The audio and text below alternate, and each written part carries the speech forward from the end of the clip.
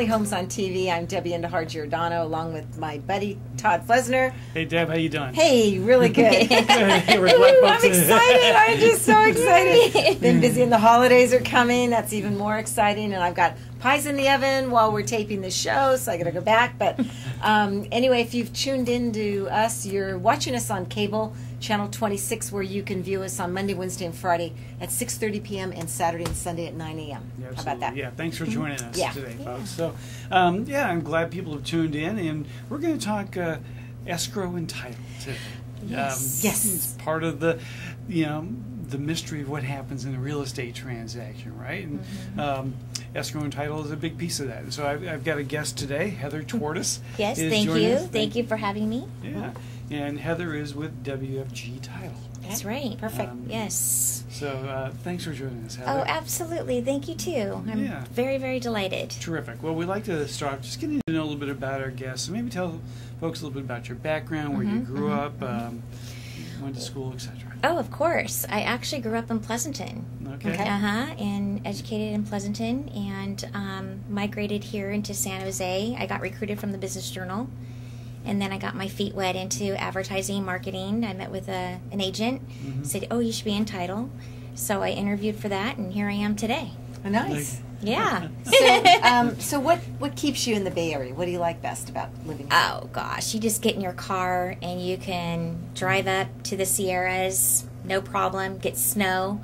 Even on your birthday, I mean, you can even drive to the beach, or you can go to, I actually also grew up in Camino, Apple Hill, so you can go up to Apple Hill and check out the wineries up there. They're actually saturating up there in Somerset. I'm not sure if you're familiar with that, but you can just, it's a melting pot. We live in a melting pot. We can go anywhere we want, and I just love it. And it's just, I'm in a nice hometown. I live in Morgan Hill, and I'm just, we're very fortunate to live here. Good. Terrific. Well, let's talk a little bit about title and escrow. Maybe explain a little bit about your company and what the title and escrow process means for real estate. Oh, yes. Well, it's kind of like people are in their own lanes, right? So I have escrow coordinators, right? Well, they're officers and they're people. It's not somebody that's just behind the scenes and pressing the button. There's the prelim, So basically what it is that escrow, we actually handle the transaction. They're calling back and forth. They're dispersing funds. They're doing payoffs. So I actually have a team that is doing this in escrow. Okay, so they're the one that's handling the file of closing. The title department is another lane. They are looking at all the underwriting, how to issue title policies, who's understanding who's paying what, that type of thing, or looking to see if there's any type of mechanic liens or liens on the property, how people are holding title, making sure everything's clean for that buyer. So my perspective, I've always looked and viewed escrow companies as being like a third party. They're sort of independent, and they don't represent the buyer's side or they represent the seller's side. They're to remain independent and make sure that transaction closes successfully. Very smoothly. And we also won the Inman Award for My Home. And I don't know if you're familiar, but WFG actually recreated a product where the consumers and the agents and the loan officers, everyone involved, knows what's going on in that transaction on text message and email. So even the buyers and the sellers know exactly when the prelim comes in, who's signing off, where they're signing off. So my next question, if I may, Todd, my question is, how are title companies different? And you've already told a little piece of the puzzle, how your company differs from other title companies. And what are some other ways? It's our team. Okay. And I believe it's people. Okay. It is relationship business too. So. It is. It's very much so relationship business. There are times that, if somebody's doing a transaction and something does happen in that relationship, they know that I'm there and I'm there to help them. I'll pick up the ball and I'll keep it running. But it's all about the heaviness of the transaction and making sure you're there for the client. And yes, it's us, it's people that makes us different. And my team is phenomenal. So okay. Yes. Yeah, having the right people as part of it, even though the escrow is a neutral party, right? You have to be able to count on those folks to follow through. You know, in a real estate transaction, depending upon location, things can be different in terms of the fees. You know, one county from the other might be different. How so? How does that vary from place to place? Well, it's we have a sheet, or you know, everyone does. It's who pays what, title transfer, and that type of thing. So basically, what we have in our county, if people are concerned of who's paying for what, we actually have fees that we can pull up for them of transfer tax and that type of thing. So everyone's fees are pretty much the same from the Department of Insurance, but our fees actually are lower than a lot of other title companies. Oh. Okay. Yeah, they are. And it's also with the Department of Insurance is the one that everyone utilizes. Okay. So, Heather, I mean, my experience is from the real estate sales side. Do you also work with mortgage lenders, and how do you integrate that into your business? Oh, absolutely. We work with wholesale and the retail lenders absolutely with them. Homeowners that are refinancing their properties? Oh, yes. I actually get calls with the consumer picking us to be their title company. Okay. Absolutely. All right. Yeah. Okay. So let's say someone is looking to refinance. Are there different issues that they face with title and the escrow process that they might face with a sale? Oh, absolutely. So again, people are in their lanes, right? So if there's anything that has to do, you know, when somebody's refinancing, and if there's a question or a mechanic lien or a lien on the property, or somebody that has to get paid off first, we look at the preliminary report that's issued from our title plant and making sure everyone's covered properly when closing that transaction. So we look at the prelim for our lenders and our agents and making sure everything's clean of title. We don't want any clouds on title. Okay. Actually, now that the election is over statewide, there was a Proposition 5 on the ballot, which would allow for the portability of property tax base due to Prop 13 anywhere throughout the state. Right. But I understand there are a few counties that are left with the Prop 13 portability. Do you jump in as a title company and help the sellers or the buyer? Do you help with that process and help getting them to the right place? Yeah, we actually have home buyer, home seller guides that are completely updated, and we give them the resources of what's going on with the Prop 13. And I know 40 years ago, that's when it started. And then every year after that, it goes up 2%. Right. And then when somebody does sell that property, they get the benefit of moving it to a new property.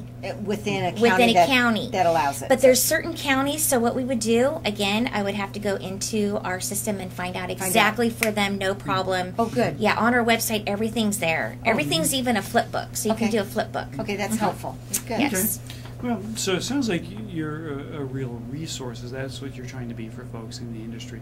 How is it that you work with the real estate agents, and what are some of the things that you do for them that's special? Oh, well, I do a lot of things. I'm the account executive, so I wear many hats. It could be all the way from being their best friend, and which I am, and also being professional in a manner where I know where they want to focus on of their marketing, and also when they decide to start farming, or if they decide to look at different aspects, how to get some new leads or new ideas. I read the news every day, so I actually collaborate the news into the farm. I just read the other day the buyers right now are 29.7, the age. Okay. So we actually have resources and tools to help them find their desired area, their demographics, to help them with their business. We have a lot of different things of growing with their business and their marketing. So I'm there for them whatever they need. I'm totally there for them with all their marketing. Nice. That's great. Yeah. Well, Heather, what do you see some of the challenges in your industry today? Well, as we know, it's a buyer's market. That's what we've seen. Okay. and it takes a little bit longer right now for some listings to close. Right. Okay, but they are closing, and which is wonderful. We've been doing a lot of closings lately, and we noticed that the same listing price is the same or going up a little bit. There's nothing going below or anything delaying over a longer time period. We do notice that it's a little bit longer, but other than that, we're fine. We're opening orders. We're getting what they need, but we haven't seen any distress or anything. Okay. No. Okay. Okay. How about personally? What are the rewards you have in terms of working in your field? My awards. Yeah. What are your rewards? What do you enjoy about what you do? Well, you know what it is? I love when I connect people together. Okay. I'm a connector. So I get myself involved in the community. So I basically meet a financial planner, right? That financial planner says, I'm looking for, an agent or this type of person. And then if I'm with somebody, I'll go, here's this person I want you to connect with, right? Or if I know another, let's say like an attorney, and I know an agent, and again, I would be connecting them together, right? So it depends on where you're at and where I'm at. I'm in a lot of different communities. I was just with one on Friday called Tasting for Teal, and I saw a commercial broker there, and I connected that person with another person, and they end up doing business together. So that's what I do, and that's what I love doing. And I met someone in this business about 15 years ago, and I love her. She's awesome. Her name is Nancy Cole. Okay. What happened was I had breast cancer, and I had stage 3, almost HER2 disease. Well, I had HER2 disease as well. Well, she connected me with one of my doctors, and she knew exactly what type of disease that I had. She was there in line. It was funny. I went into Stanford to get checked in. I'm all, that lady looks familiar. I looked around. It was Nancy. She was waiting for me to be checked in, and she was there for me the entire time. Oh, wow. So this business to me is more than just selling title insurance. Wow. What a great story. It's having relationships, longevity, and having partnerships. All right. Well, let's look at the crystal ball. Any future for the company want to expand, or where are they going right now? Okay, so WFG National Title came in this area about in 2009, okay? And what happened was they're now in 48 states, okay? They first started opening doors up in Seattle, Washington, okay?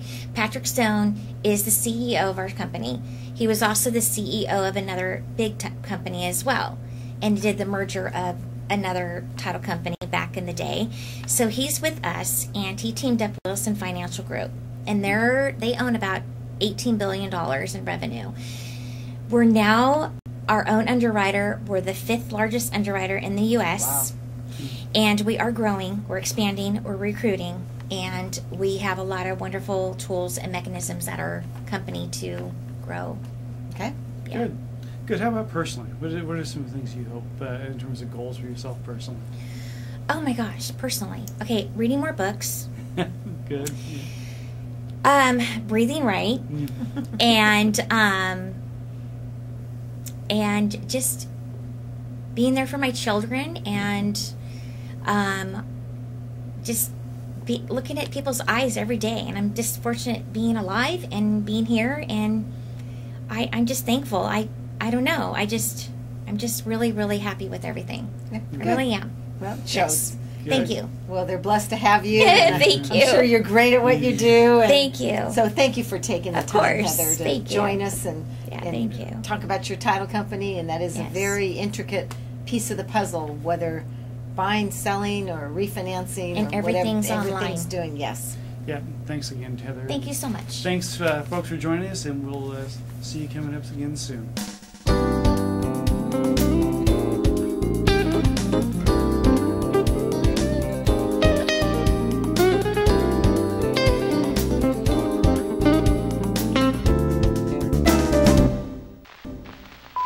The following is a public service announcement test to determine if you need a fishing license and boat registration before you head out on the water. Let us begin. Are you a pelican? Does this look like your house? Is this your idea of fishing with friends?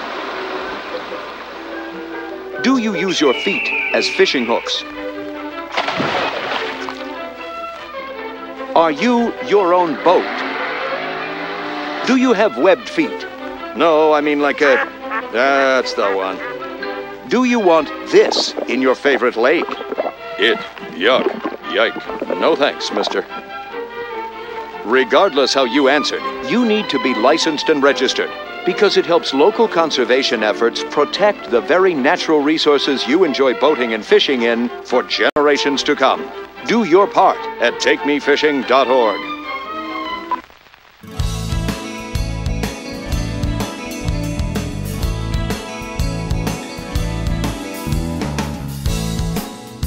Hello, welcome back. This is Valley Homes on TV, along with Todd Flesner. I'm Debbie Giordano. We're going to give you a market wrap-up. This is the month of October. We'll kind of be talking about what's been going on up to September this year. Yes. Talk about the market and... Well, took a big gulp today. We just talked about the stock market. I read on an internet blog that the Dow Jones has wiped away all the gains of 2018 as of today, officially. I guess the word for that is volatile, to say the least. Yeah. And there's been a lot of back and forth. There's been some big movements both up and down in the last couple of weeks, and I think the market is trying to find some direction for the future, right? How strong is our economy? We're in earnings week right now as well for a lot of the companies. But as long as I've watched the stock market probably for 25, 30 years, and October is historically a crazy month for that. I don't know why it is. Of course, October of every election year, that's correct. It's different, but it just seems like every October there's some, like you said, volatility. So. Yeah, it seems to be the case, absolutely. And so, a month or a day doesn't make the market, no. Right? As long as you don't need your money today. But it gets your attention. It does, and especially where you decide where you want to put your investments and your long-term investments. But yeah, absolutely. Let's talk about what's been going on with the local economy. Yes. So I do a lot. I don't know if you do reading the San Jose Mercury News, and there's a couple articles that I thought were pretty interesting. I cut this out. This article was Friday, October 12th, and they talked about housing market may cool in 2019. Okay. So we'll put that up on the screen. And I think that's been holding true. We've seen a lot of buyers being able to come in and get better buys on properties. Yes. I'm sure we have. Sellers are not getting exactly what they wanted. We peaked in April, and the market has trailed down. So they're projecting now for 2019 that there's going to be a cooling. Okay. And that's due to the higher interest rates and due to, just a basic economic stability here. Well, yeah, and we've talked about cycles before, right? And Bay Area real estate cycles tend to run in 5 to 7 years sort of time frames, right? Where we'll get a hot market where prices and values are going up rapidly, and then it'll cool. And so that's part of the normal market, and that may be where we are in that market cycle. I agree, but I don't know. We're in a different era right now. Trump is president. Yes.